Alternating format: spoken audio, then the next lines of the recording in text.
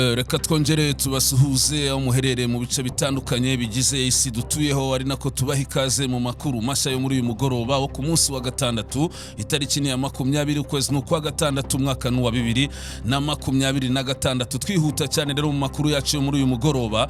Amakuru ari kwerekana ko ingabo z'u Burundi zitumva, ingabo z'u Burundi zikomeje gutsimbarara ngo zirashaka kugaruka ngo nanone zigaba ibitero kuri centre ya Minembwe. N'amakuru agaragaza ko nyuma yo gukubitwa ku munsi w'ejo bagatsindwa bikomeye cyane bagakurwa mu bice bitandukanye bikikije centre ya Minembwe, umugambi wabo wo gufata centre ya Minembwe ukabuburijwemo natwe irwaneho na M23. Kuri inshuro ubuyobozi bukuru bw'igisirikare cy'u Burundi bwongeye gupanga indi gahunda nshasha, ngiyi n'indi gahunda nshasha igamije kongera gutegura ibindi bitero byo kugaruka hano mu nkengero za Minembwe, ndetse ngo gahunda ngo bakaba bashaka kongera kugaba ibindi bitero bimeze nk'ibyo bari bamaze iminsi bagaba kugira ngo bafate centre ya Minembwe. Ese iyi gahunda iri gupangwa n'ubuyobozi bukuru bw'igisirikare cy'u Burundi kuri centre ya Minembwe kuri inshuro yabiteye iteka ejo bakubiswe ku rwego rwo hejuru, ariko ubona ko ubuyobozi bw'igisirikare cy'u Burundi bukomeje gutsimbarara ngo burashaka centre ya Minembwe.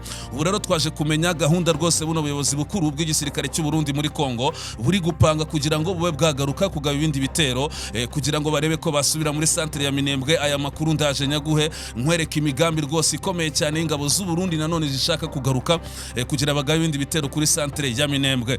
Ku rundi ruhande ariko nubwo bimeze gutyo zino ngabo z'u Burundi zikomeje gutsimbarara, amakuru ari kwerekana ko ibintu byakomeye cyane. Kubera iki? Cyane cyane ku mirambo y'abarundi. Hari imirambo y'abarundi kugeza ubu ikomeje kubarizwa mu nkengero za centre ya Minembwe, ndetse hari n'amakuru avuga ko hafi ya centre ya Minembwe ino mirambo ikomeje kugaragara. Nyamara amakuru avuga ko twirwaneho na M23 bagerageje guhamagara Croix Rouge kugira ngo izitware ino mirambo, ariko Croix Rouge yabangiye. Ese kuki Croix Rouge yabangiye? Ese kugeza ubu iyi mirambo iraza guhabwa nande hagati ya M23 ifatanyije natwe irwaneho na Croix Rouge? Biraza kugenda gute? Aya makuru ndaje nayo nyakugezeho. Ku rundi ruhande ariko rurageretse hagati ya meya w'umujyi wa Kalemi n'umuyobozi mukuru w'ishyaka UDPS rya Tshisekedi muri uyu mujyi.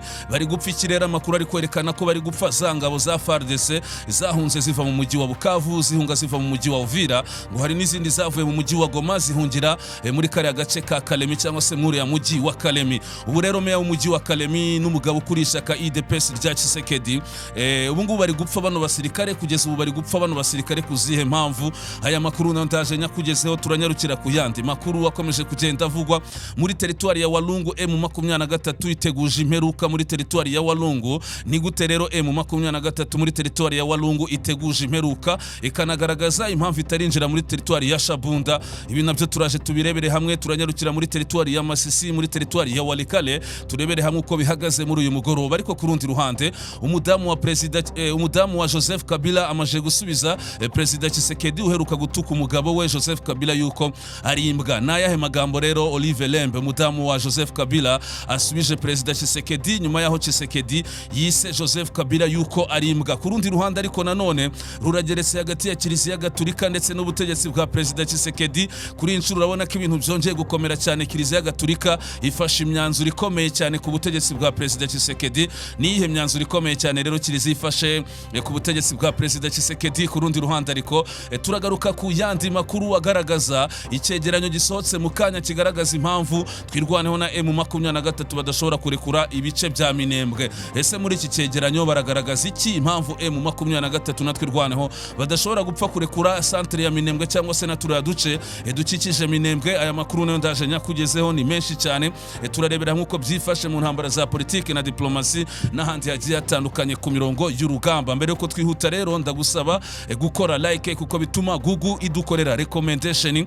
Aya makuru yacu akagira ku bantu benshi bashoboka. Ku rundi ruhande mukore like rwose, mwinjire mu muryango mugari w'Inkurumamo Official, munadufasha kwaguka. Ariko dushimira cyane abakoze subscribe bakadufasha kwaguka. Nawe niba udukurikira utarakora kuri iyo nzogera cyangwa utarakanda kuri iyo nzogera kuri subscribe, wabigenza utyo udufasha kwaguka. Ariko cyane cyane mukore like nyinshi cyane, nturangiza aya makuru udakoze like. Reka dute twihuta rero, ntago tubatindira duhereye ku makuru avugwa ku mirongo y'urugamba. Mu by'ukuri uyu munsi bisa nkaho nta mirwano ikomeye yabaye, nta n'imirwano iri kuvugwa, kereka ya mirwano nakubwiye yabaye akanya gato mu gace ka Rugezi, ariko ingi nayo yahise irangira. Ariko bira bice bikikije Minembwe nta mirwano, ahubwo dore ikintu gihari ni iki ngiki. Ingabo z'u Burundi izi ngabo z'u Burundi amakuru ari kwerekana ko nyuma yo gutsindwa bikomeye cyane ku munsi w'ejo hari kuwa gatanu tariki ya 19 z'ukwezi kwa gatandatu 2026 zigakubitwa bikomeye cyane hafi ya centre ya Minembwe, zigakubitwa bikomeye cyane mu bice bitandukanye bya Ilundu hari za Gakenke na za Kalingi ku musozi wa Ruhinamavi na za Gitavi. Ubu amakuru ari kwerekana ko ubuyobozi bukuru bw'ingabo z'u Burundi bwateguye undi mugambi musha wo kugira ngo bongere bagabe ibindi bitero bigamije kwinjira n'ubundi muri biriya bice harimo za Ilundu hari za Ruhinamavi ngo barashaka kugaruka kandi ahitwa kwa Harera, barashaka kugaruka bagaba ibitero nanone za Gakenke, barashaka kugaruka bagaba ibitero ahitwa za Kalingi. Gahunda rero ngo nta yindi ni ukwinjira muri centre ya Minembwe. Iyi affaire rero cyangwa se no gahunda barayigerageje mu minsi yashize bari kumwe na FARDC FDLR Wazalendo mu mirwano yabaye hafi icyumweru, byarabananiye. Aya makuru twakomeje kugenda tuyabagezaho. Reba uko gahunda ipanze rero kugeza ubu ubuyobozi bukuru bw'igisirikare cy'u Burundi buri gupanga ibindi bitero simusiga. Amakuru ari kwerekana ko abarundi bazanye izindi ngabo nshya, kandi ku munsi w'ejo nakubwiye ko ya Batayota Foke 27 kuriwe na Lieutenant Minani ingi yari Kalemi yamaje kugezwa muri biriya bice byo muri Kivu y'Amajepfo. Ubu rero amakuru akavuga ko hari izindi ngabo z'u Burundi zageze muri biriya bice. Kuzihe mpamvu rero aba ngo ni ingabo nshyashya cyangwa se n'abasirikare b'abarundi bashyashya bawoherejwe muri biriya bice. Kuzihe mpamvu rero ubuyobozi bukuru bw'igisirikare cy'u Burundi ngo bwasanze aba basirikare b'abarundi bari bamaze iminsi barwana muri ibi bice bitandukanye bya Kalingi, bya Bidegu, za Ilundu, za Gakenke n'ahandi, basa nkaho bahahamutse cyangwa se kugeza ubu nta morale bafite kubera uburyo M23 natwe irwanaho babananije bikomeye ndetse bakabicamo abatari bake hagafatwa n'amatekwa nyinshi. Aba basirikare b'abarundi rero bari bamaze igihe barwana. Ubuyobozi bukuru bw'igisirikare cy'u Burundi buti abangaba barananiwe, bacitse morale ndetse basa nkaho bahahamutse kubera drone z'abarwanyi ba M23 natwe irwaneho n'ibitero by'aba barwanyi byo ku butaka byari birimo amayeri menshi byarangiye bihitanya abatari bake. Abangaba rero bari bamaze igihe barwana basa nkaho bahahamutse nta morale bafite. Atereka tuzane abandi basa. Amakuru ari kwerekana ko abashasha babazanye ndetse amakuru akavuga ko bamwe boherejwe ahitwa Point Zero, andi makuru akavuga ko abandi bari hari za Mitumba cyangwa se za Mutumba, ntago ari za Mutumba. Andi makuru akavuga ko ahubwo ari za Mutunda. Yes, ni Mutunda ntago ari Mutumba. Andi makuru akavuga ko abandi boherejwe hano za Mutunda. Ku rundi ruhande ariko abandi basirikare b'abarundi bakoherezwa mu misozi ya Bicumbi. Nujya kwitegereza neza rero yaba hano Point Zero ya hano za Mutunda ndetse no mu misozi ya za Bicumbi, ubundi niho abarundi FARDC Wazalendo FDLR basa nkaho bahungiye, niko amakuru abyerekana. Ahangaha bahungiye rero amakuru akagaragaza ko zino ngabo z'u Burundi nshyashya ngarizo ziri kuhaza, ariko andi makuru akavuga ko hari n'abandi basirikare ba FARDC b'abakomando nabo basha bazanywe bari kumwe n'izi ngabo z'u Burundi. Na makuru agaragaza ko rero ngo bashaka kugaba ibindi bitero cyangwa se Minembwe centre kugeza ubu ntago barayiheba. Minembwe centre kugeza ubu baracyayirwaye ngo baracyashaka kuyifata. Kubwizo mpamvu rero ingabo z'u Burundi na FARDC bazanye abandi basirikare basa, ngabo basasha rero ngo baracyafite morale, baracyafite amaraso masha. Abangaba ngo bashobora kuza gukora akazi kuko abari bamaze iminsi barwana ngo bamaje gucika morale. Reka dutegereze turebe gusa. Amakuru arakomeza kwerekana ino gahunda yo gutegura runo rugamba nanone kugira barebe ko bagaruka muri ibi bice bya za Minembwe. Ubwo bisobanuye ko abarundi FARDC Wazalendo FDLR nubwo bakubiswe ku munsi w'ejo bagahungira za Bicumbi, muri iyo misozi ya za Bicumbi, za Mutunda, abandi bakajya za Point Zero, abandi bakambuka umugezi wa Rwiko. Amakuru ari kwerekana ko imyiteguro ikomeje kugeza ubu bashobora kuzagaruka bakagaba ibindi bitero. Ubwo twitege ko Minembwe hashobora kongera kubera urundi rugamba rumeze nk'urwo twari tumaze iminsi tubona. Gusa amakuru ari kwerekana ko nakomeje kugenda mbikubwira yuko abarwanyi ba M23 ramforo bakomeje kohereza muri biriya bice, ahubwo FARDC n'abarundi bari gutegura kugaruka kugaba ibitero. Bashobora kwisanga batakaje Point Zero, bashobora kuza kwisanga batakaje iriya misozi ya za Bicumbi, bashobora kuza kwisanga batakaza uduce turimo za Mutunda n'ahandi hatandukanye. Nubwo rwose bari gupanga kugaruka, ariko mfite amakuru yuko M23 natwe irwanaho muri biriya bice bari kuhongera imbaraga zikomeye cyane. Ku rundi ruhande rero twikomereza n'andi makuru. Amakuru ari kwerekana ko ya mirambo y'abarundi FARDC Wazalendo FDLR yaguye muri biriya bice bikikije neza centre ya Minembwe, kuko buriya bari bageze hafi ya centre ya Minembwe barahaguye ku bwinshi.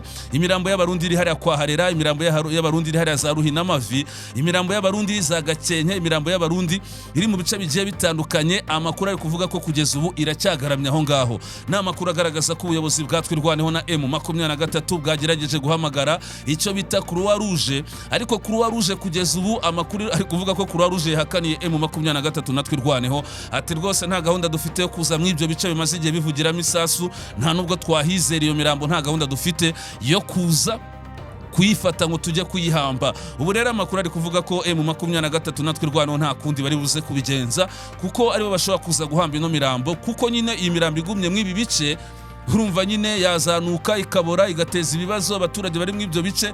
Imirambo buryo yamajije kubora ishobora no gutera indwara amasaza yizaho ajya mu baturage n'iki. Ubwo rero nitwirwanaho na M23 bashobora gufatanya n'abaturage bakaza guhamba ino mirambo y'abarundi myinshi cyane kigaramye muri biriya bice bya za Minembwe n'ibindi bitandukanye bikikije Minembwe.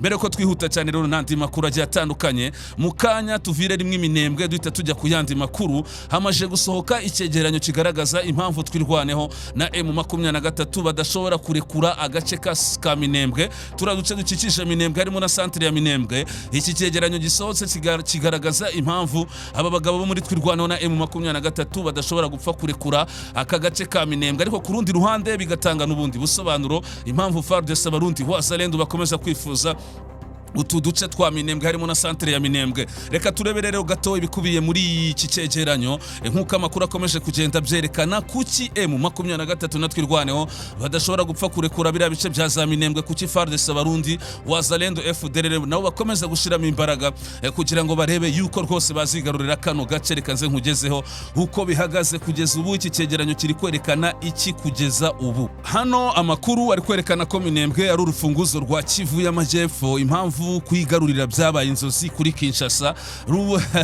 Minembwe n'urufunguzo rwa Kivu y'Amajyepfo mu buhe buryo rero? Mu gihe iki cyegeranyo reka ngisoma uko kiri, kuko kirimo amakuru menshi cyane, ubwo uraza kumenya ubusobanuro bwa Minembwe n'impamvu twirwanaho na M23 badashobora gupfa kuharekura.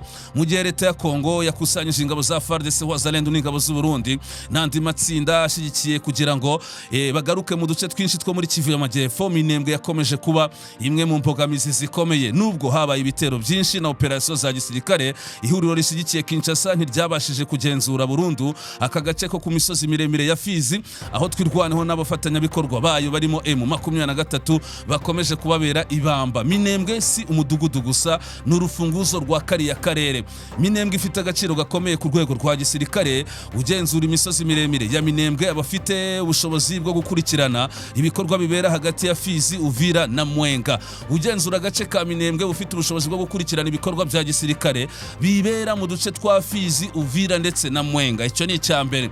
Niyo mpamvu rero impande zombi zihabona nk'ahantu hadakwiye gupfa gutakara cyangwa se batapfa gutakaza. Buri ruhande rugakomeza kugenda ruharwanira kugira rurebe ko rwakomeza kuhagenzura. Ugenzura iyo misozi abafite uburyo bwo kugera ku miji minini yo mu bibaya no kuyigenzura. Imiterere y'akarere igora ibitero bya gisirikare. Kimwe mu bibazo bikomeye ni imiterere y'ubutaka. Minembwe iri mu misozi miremire, ifite amayira make kandi atoroshe kunyuramo.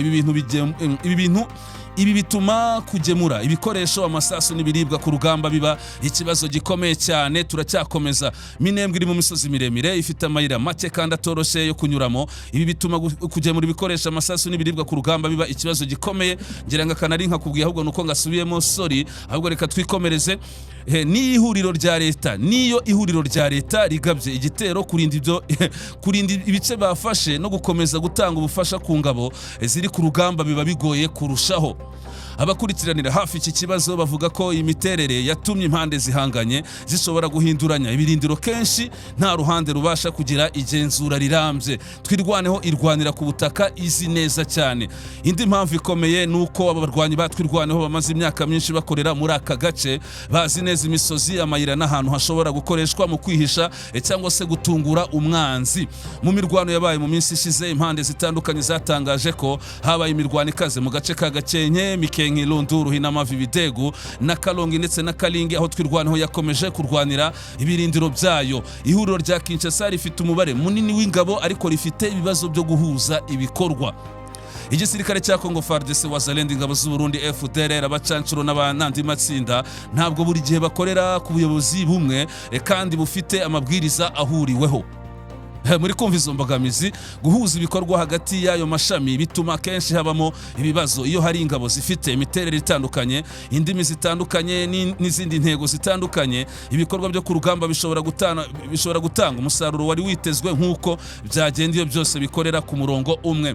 Intambara irenze ikibazo cya gisirikare gusa. Iriya ntambara iri kubera Minembwe, amakuru ari kuvuga ko irenze ikibazo cya gisirikare gusa nk'uko bikubiye muri iki cyegeranyo, ariko reka turebe ikindi kibazo cyaba gihari.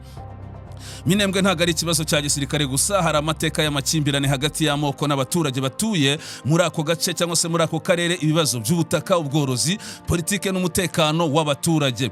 Ibi bituma niyo habaye intsinzi ya gisirikare ikibazo kidahita kirangira.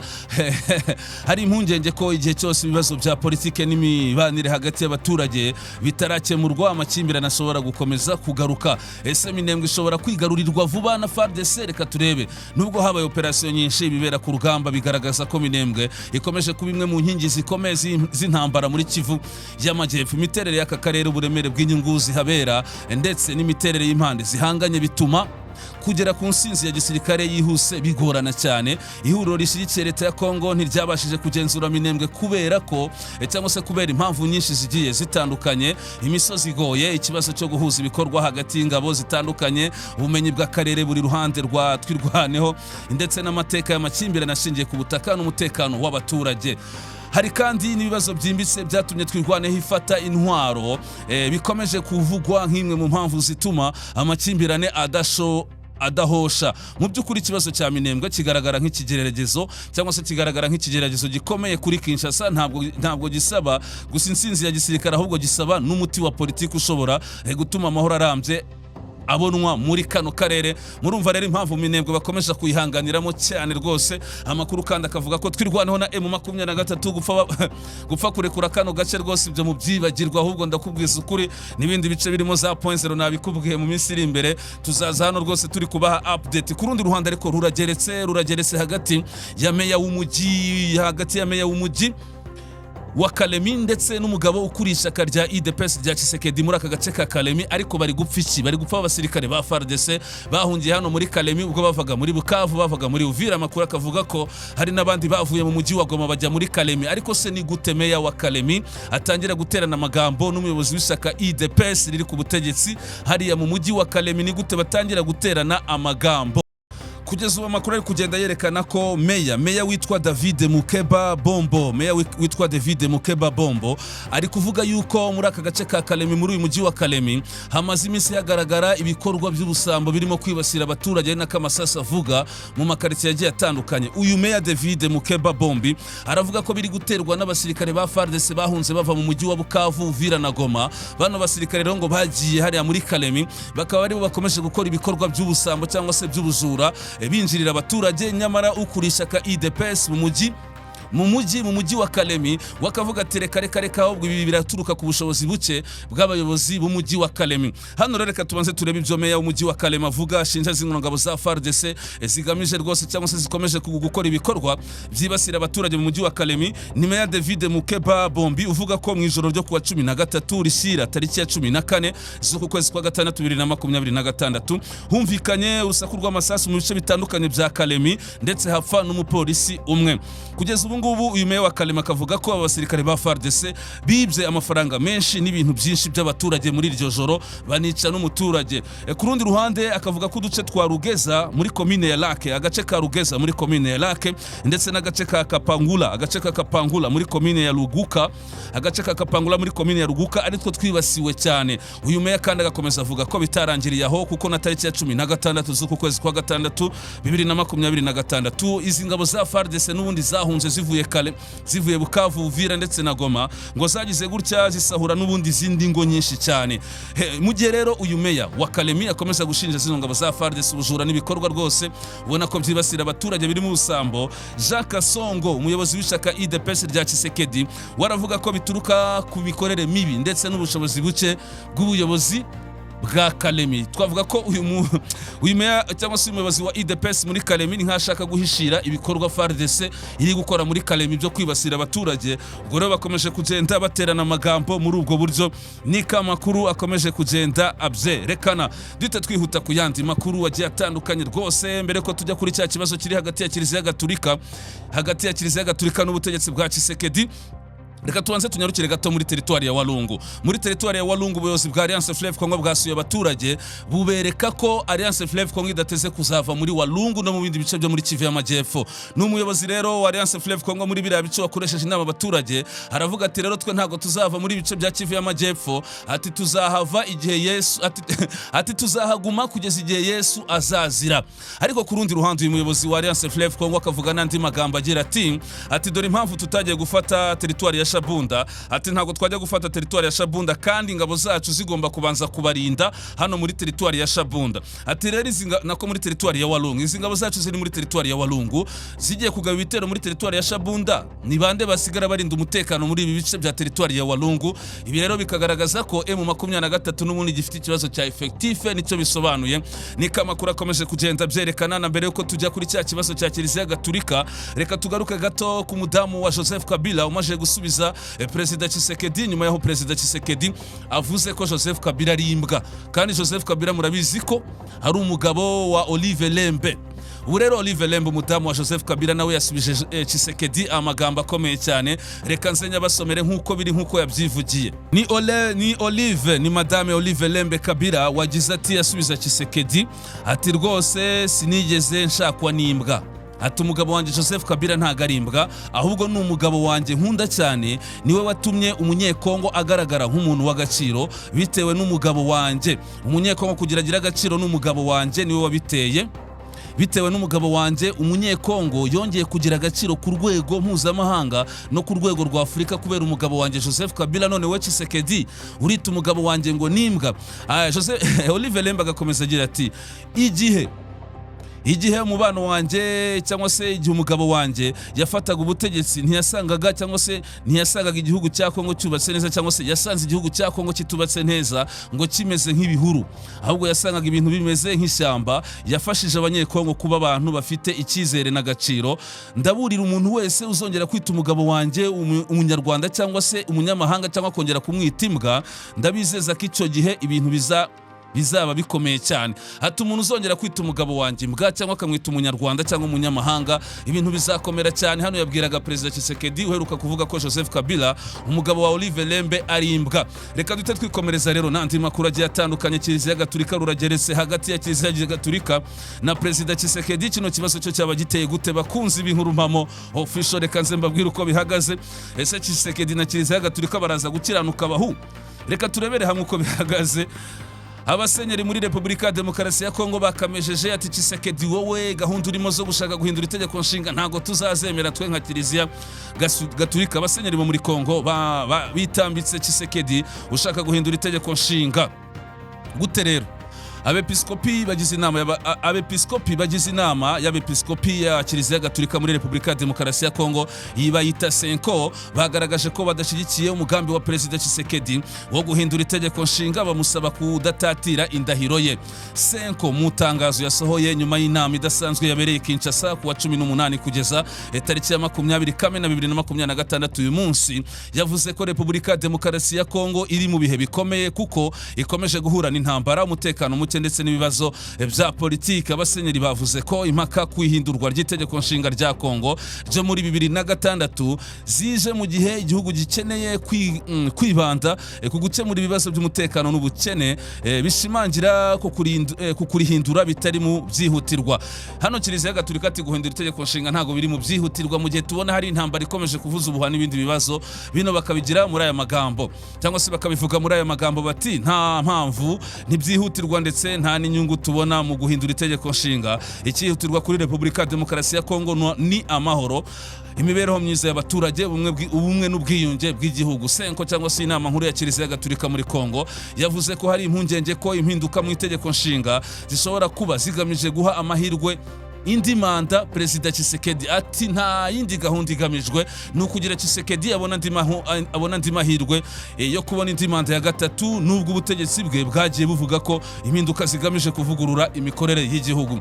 Abepiskopi baburiye ko guhindura amategeko shingiro y'igihugu bishobora kugaragara nko guhatira ibintu bishobora guteza amakimbirane akomeye. Bakabivuga muri aya magambo bagira bati ibikorwa byo guhatira impinduka muri iyi nzira bishobora kugira ingaruka zikomeye zirimo no kubyutsa indi ntambara y'abene gihugu cyangwa se mucyo bita guerre civile. Basabye Tshisekedi kubahiriza indahiro senko cyangwa se inama nkuru ya Kiliziya Gatolika. Mu itangazo ryayo yasabye Perezida wa Repubulika ya Demokarasi ya Kongo Tshisekedi kubahiriza indahiro yarahiriye imbere y'inama cyangwa se imbere y'Imana nako n'abaturage yo kurinda no kubahiriza itegeko nshinga ry'igihugu. Ati kubigenza ukundi byashyira ku mutwaro cyangwa se byashyira ku mutwaro we inshingano z'amateka n'iz'umuntu ku giti cye. Abasenyeri kandi basabye abaturage b'abanyekongo gukomeza kuba maso no kurwanya mu buryo bw'amahoro ibikorwa byose bishobora guhungabanya ibice by'itegeko nshinga birinzwe. Senko yagaragaje ko Repubulika ya Demokarasi ya Kongo ikomeje guhura n'ibibazo bikomeye by'umutekano cyane cyane mu burasirazuba bwa Repubulika ya Demokarasi ya Kongo. Ivuga ko intambara ikomeje mu bice bya Kivu y'Amajyaruguru ndetse na Kivu y'Amajyepfo, aho umutwe wa M23 twirwaneho ukomeje kugenzura uduce tumwe na tumwe mu gihe abaturage bakomeje guhura n'imfu n'ubuhunzi. Yagaragaje kandi ko imitwe yitwaje intwaro ikomeje ibikorwa by'ubwicanyi muri Turi no mu bindi bice bya Kivu y'Amajyaruguru, ishimangira ko ibiganiro ari byo byafasha Repubulika ya Demokarasi ya Kongo gukemura bino bibazo. Reka aya makuru tuyasoreje hano, mbifuriza umugoroba mwiza, nkomeza kubifuriza weekend nziza, mugera amahoro y'Uwiteka. Turaza gusubira anytime bageze andi makuru mashya. Murakoze cyane, Uwiteka akomeze kubana namwe.